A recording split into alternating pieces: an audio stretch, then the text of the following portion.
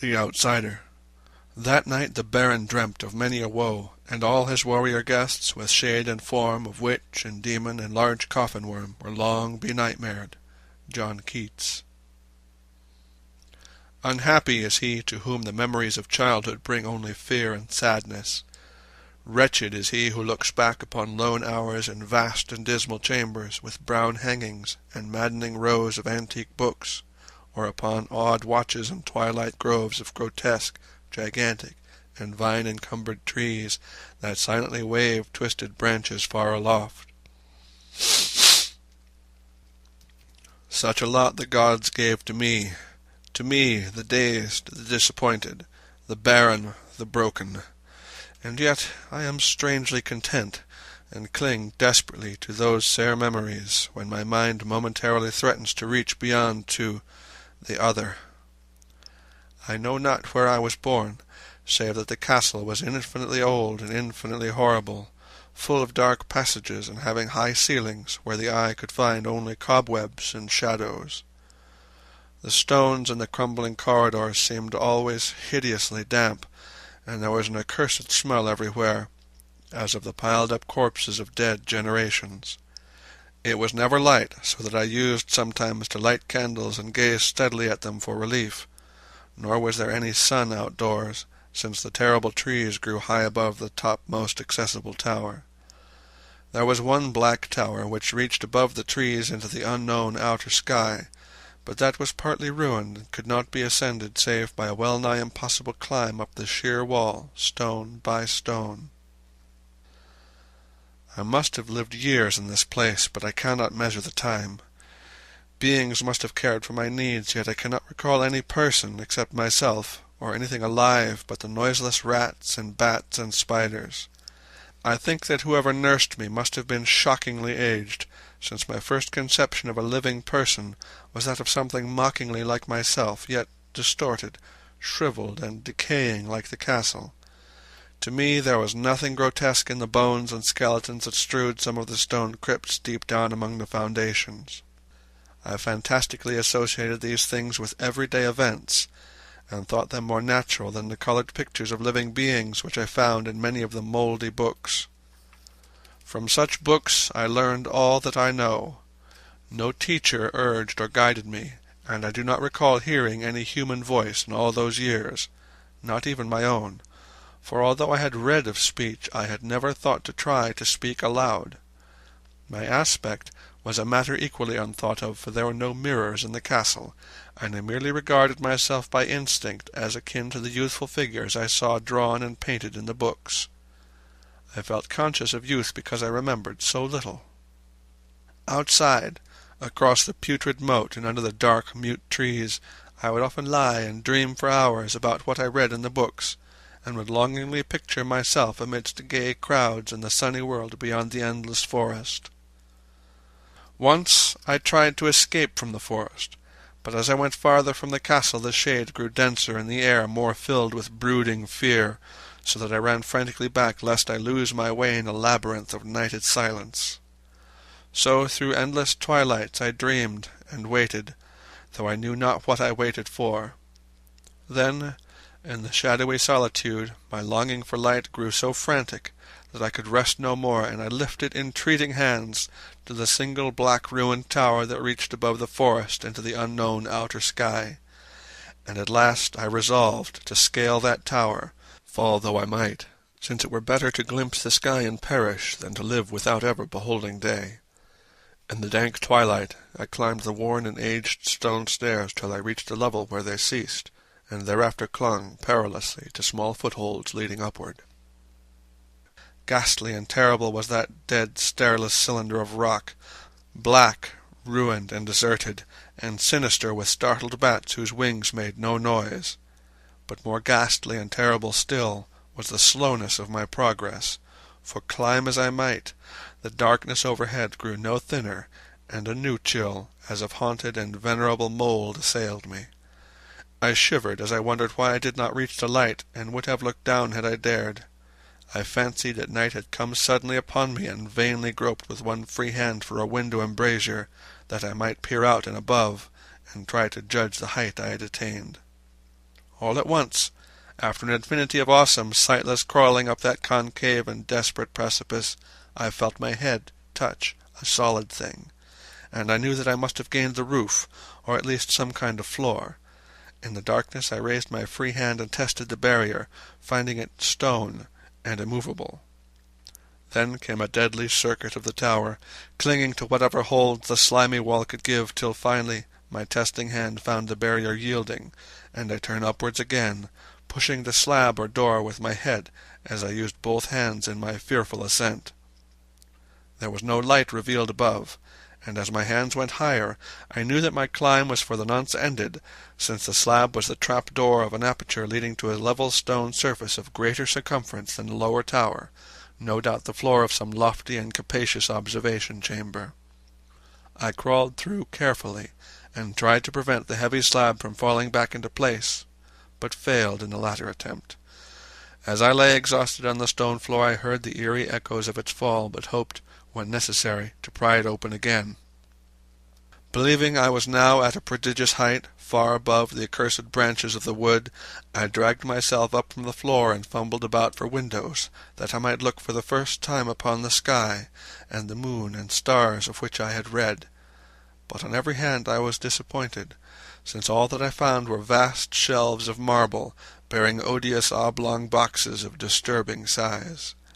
More and more I reflected and wondered what hoary secrets might abide in this high apartment, so many aeons cut off from the castle below.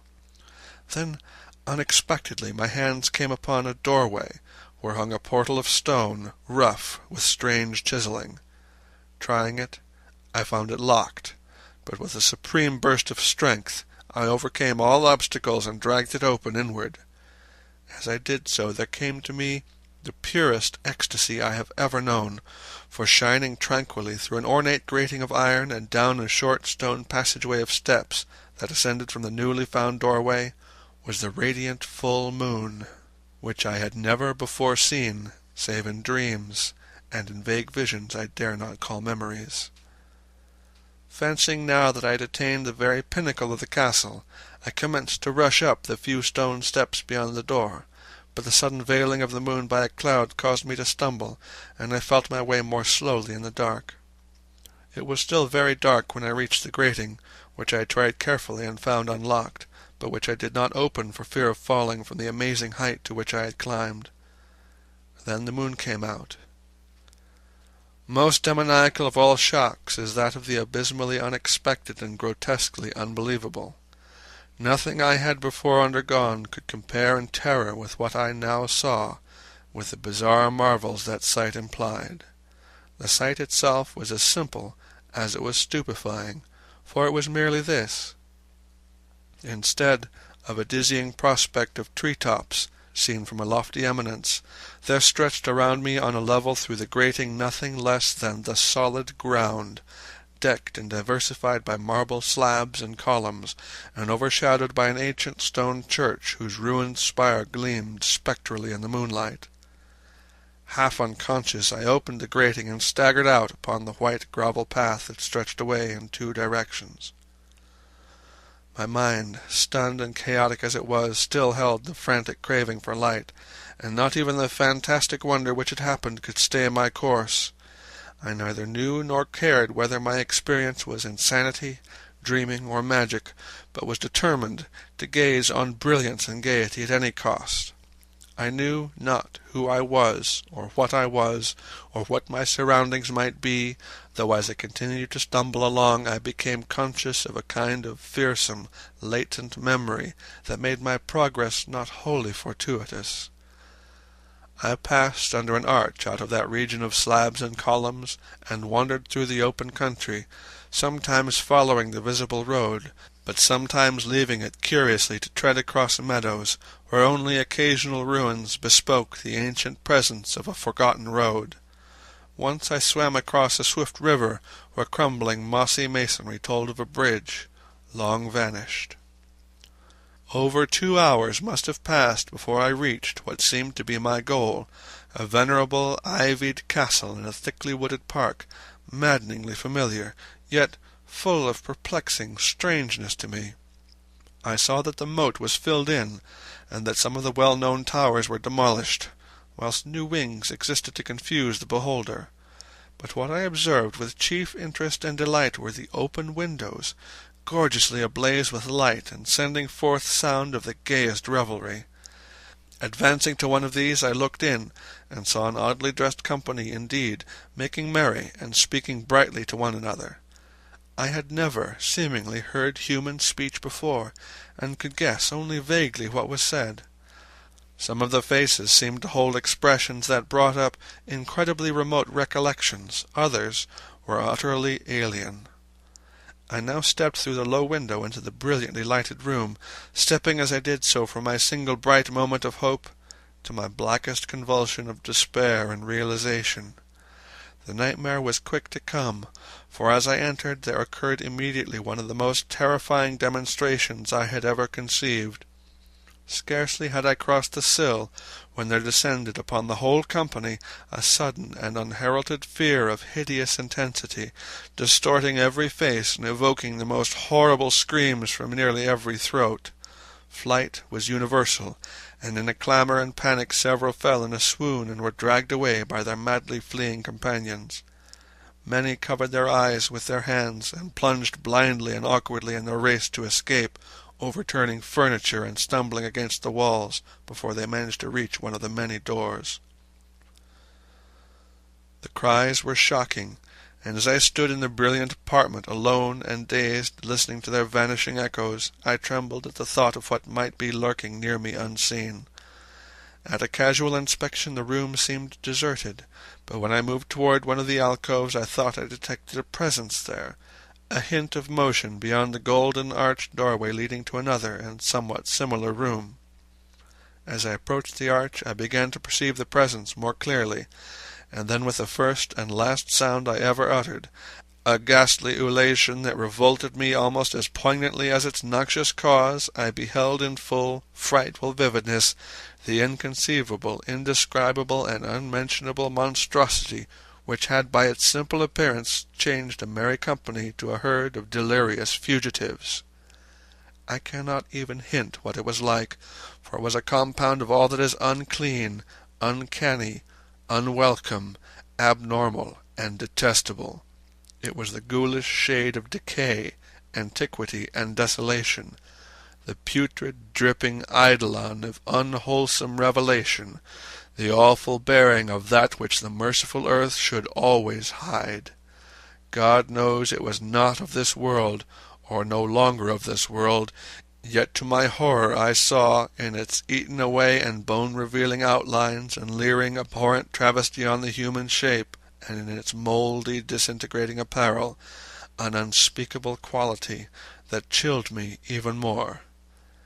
I was almost paralyzed, but not too much so to make a feeble effort toward flight, a backward stumble which failed to break the spell in which the nameless, voiceless monster held me.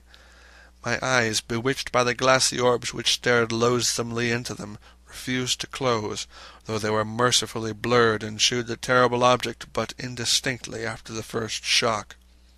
I tried to raise my hand to shut out the sight, yet so stunned were my nerves that my arm could not fully obey my will. The attempt, however, was enough to disturb my balance, so that I had to stagger forward several steps to avoid falling.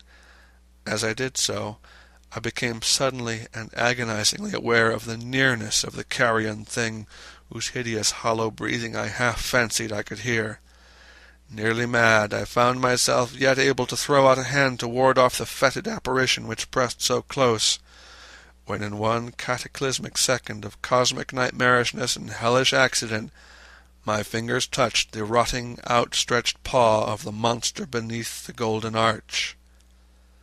I did not shriek, but all the fiendish ghouls that ride the night winds shrieked for me as in that same second there crashed down upon my mind a single and fleeting avalanche of soul-annihilating memory.